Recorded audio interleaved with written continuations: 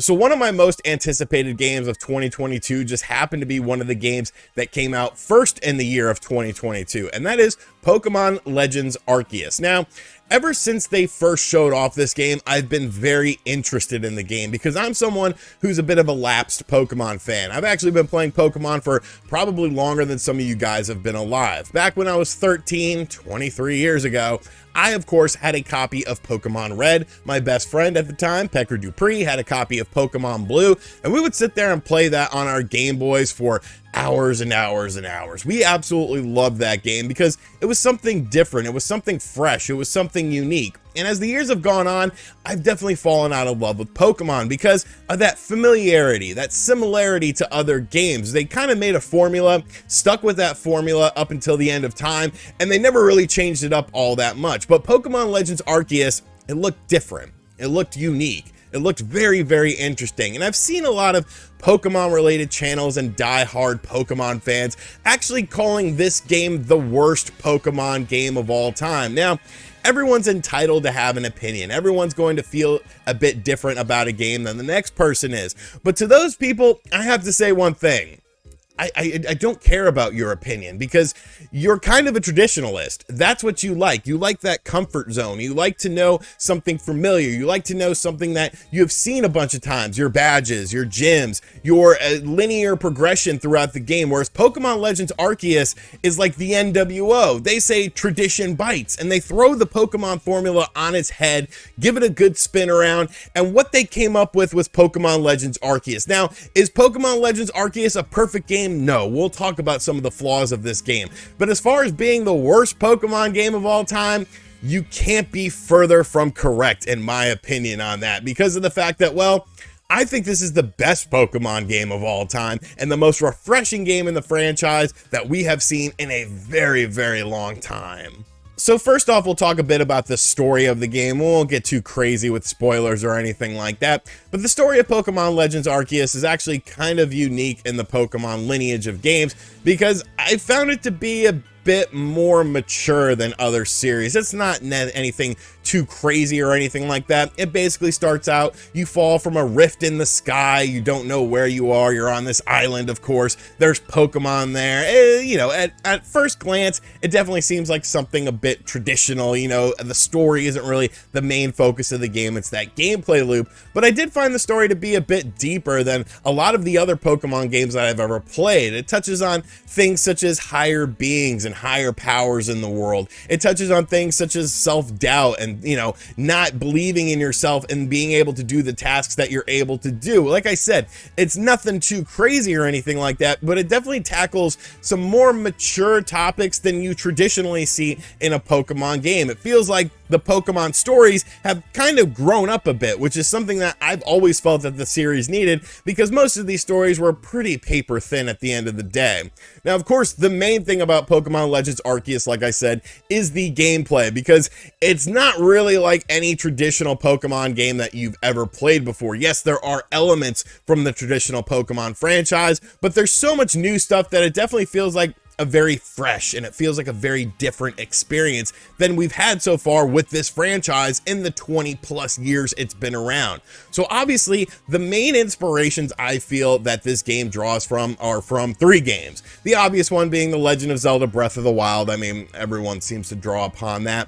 The Monster Hunter franchise and Pokemon Snap of all things. Now, the gameplay loop in this game is drastically different than in other games because you are actually going out into these large areas, and they are large areas. I saw one review when we talked about the Pokemon Legends Arceus reviews that said that the areas themselves were small and, you know, they felt very contained, which is, you know, very far from the truth, especially when you get different traversal methods, because that's when the levels really open up, and that's when you see a lot of stuff that you wouldn't have seen otherwise.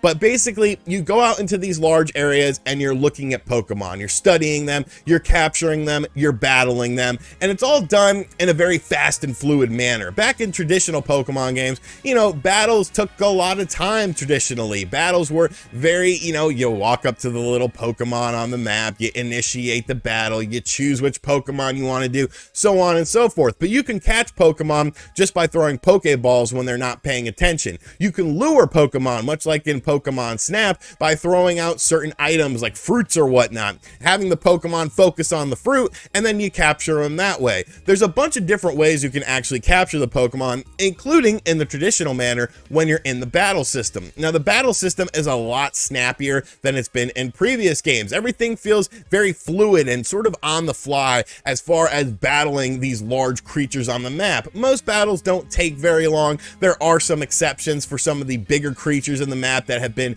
affected by what's happening in the world. You'll learn about that in the game. But for the most part, it's pretty snappy. It's pretty quick. It's either do or die. They're going to kill you or you're going to kill them. So I like that about it. The open worlds themselves are very fun. It's fun to explore these areas and nooks and crannies because of the fact that there's different Pokemon at different times within these areas. So all because you go through an area during the daytime doesn't mean you're going to see the same Pokemon that you would at nighttime. So that gives it a bit more replay as far as these areas are concerned. It allows them to have more feeling to them than previous games. You also have the fact that, like I said, there's new traversal methods that you unlock. You unlock different ways to move around the level, including via aquatically. So that really opens it up as well, because you might see this river or this lake and you're like, I wonder what's on the other side of that. And at the time, you can't access that until you get the ability to go across lakes with having a certain Pokemon, and then you're able to find a whole new area. Then you're able to find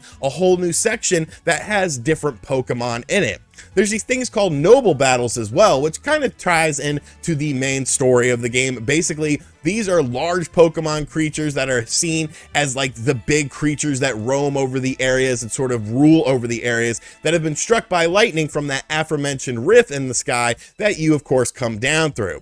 Now, the battles with nobles are actually pretty cool because you're constantly throwing things at them and having to dodge their attacks. It definitely feels a bit Monster Hunter-y in how you are fighting these creatures, and it's something that I honestly really enjoyed. So the main base of the game takes place in the hub world, and within this hub world you could do things like buy items, swap out your Pokemon, and of course do side missions in this game. And there are a ton of side missions, and some of them actually have some really good variety to them. They're like little mini self-contained stories, such as like there's a strange noise in someone's house, so you go in there and then you find out that there happens to be a Pokemon hiding in there. Little things like that, little self-contained stories. I enjoy those things in my side quests because it gives them a little bit more depth. Now, the progression system of the game, like I said, there's no badges, there's no gym leaders or anything like that. Instead, you have a star ranking, and the way you get your star ranking up higher is by looking at Pokemon, is by battling Pokemon, is by capturing Pokemon, is by defeating Pokemon with certain different Pokemon abilities, watching them do different attacks when they're attacking your Pokemon. There's a whole system that's ingrained in this game that basically gives you more points for doing certain things with certain Pokemon. And then when you get to enough high point level, you can then access a different star level to progress to a different area or do a different task. That's kind of like your main storyline thing, but you're constantly having to do things in order to get that level up, which allows you to learn more about these Pokemon, learn more about the regions that you're in, find more hidden secrets, which is something I really enjoyed. Now, on the presentation side of things, let's be realistic. This game isn't necessarily a looker or anything like that. I don't think it's one of the worst looking games of all time, but I definitely don't think it's one of the best looking games of all time, especially when you're looking at games like Monster Hunter, which of course this game is drawing inspiration from. Like, it's kind of night and day. I will say that the game itself looks clean, and what do I mean by that is, like, there's not a lot of jank in this game. You know, everything is very sharp, the textures themselves are very sharp, but there's a lot of pop up. There's a lot of strange things that happen, like if you see a Pokemon in the distance, it might have like a really low frame rate until you get up to it. It's nothing super major. There is a nice variety of the different areas that you're in, and I think that's a good thing because really the game isn't super visually appealing. And when you're looking at Game Freak, you know, there's two trains of thoughts with it. There's like, this is one of the biggest franchises, if not the biggest franchise of all time when it comes to making money, but Game Freak is a company that's really just worked on handheld stuff, and they probably don't know how to make an HD looking game for the modern era. And I am completely in agreement with both of those points. But for me, you know, the graphics are just sort of there. If it wasn't for the gameplay loop, then obviously this game wouldn't be as good as it really is. I will say the audio in the game, though, is extremely well done. You know, you hear cries of Pokemon where you're going throughout the area. There's some really, really good music, like surprisingly good music within this game that definitely has sort of a Breath of the Wild feel to it, and I thought was a really nice touch. So I do like the presentation, but obviously it could be a lot better. Obviously Game Freak needs to, I don't know, maybe use another company to do the visual engines of these games, or have somebody come in who's a little bit more familiar with making games in the modern era, because that's definitely the biggest drawback of this game, is just sort of the bland but clean visual style. Now, beyond that, I do have some quirks with the game. I do feel like it's a bit grindy at times because of that aforementioned star level, where you're having to get your star level up. You basically have to get your star level up in order to go to the next main story element of the game and sort of progress the game, and it can feel very grindy. The worlds themselves, the areas themselves that you go into, aren't really the most interesting. There's a lot of just barrenness. There's just a lot of, you know, not a lot of stuff going on these maps. There are some areas that do look a little bit better than others. They have a different motif. They have a different feel to them. But for the most part, you know, it's just fields. It's just fields of kind of nothingness. And you're like, oh, you know, they could have done something more with this. They could have done something a bit better as far as the presentation is concerned, because you're constantly having to be in these areas because of that kind of grindy element that the game offers. But overall, I really feel like this is the Pokemon game that I've wanted since I was 13, since I first played Pokemon Red. Seeing this Pokemon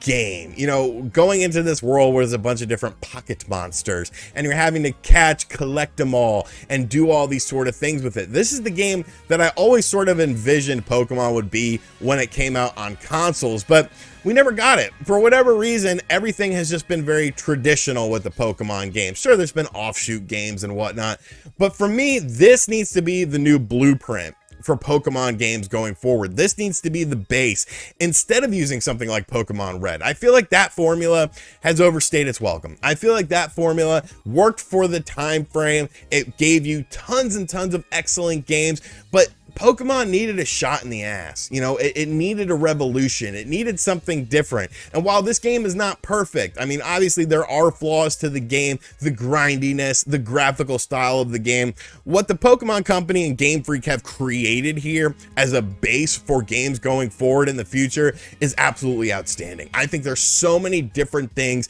There's so many different ways you could take this game now, because you've laid down the blueprint of how you want games going in the future. And I really hope that this is what they stick with. I hope this game is successful, because it's not the worst Pokemon game of all time. It's the most refreshing Pokemon game of all time. As far as a mainline game is concerned, this needs to be the blueprint going forward, because you could build upon this and really make an excellent game, especially if you could figure out the minor quirks of the game and put some proper graphics into it. Like, this game could be absolutely killer. As it stands now, though, Pokemon Legends Arceus is a really good game. I don't think it's one of the worst Pokemon games. I think it's one of the best Pokemon games, and we need to embrace change and, you know, get rid of this tradition within these games, because it's something we've been playing over and over again. It's okay to go out of your comfort zone and do something different, especially when you sort of figure out a really good gameplay loop to make the game different, still addicting, but still feel very fresh. So those are my thoughts on Pokemon Legends Arceus, the truth about Pokemon Legends Arceus. Let me know in the comment section down below what you think of this game, because I really enjoy it. Like, it's really freaking good. And as always, guys, thank you for checking out this video. If you are new to the channel, be sure to hit that subscribe button, like and share the video. Also, if you're an eagle-eye viewer, you'll see something in the background that I'm actually going to talk about very soon. And as always, I'll catch you guys on the next one. Later.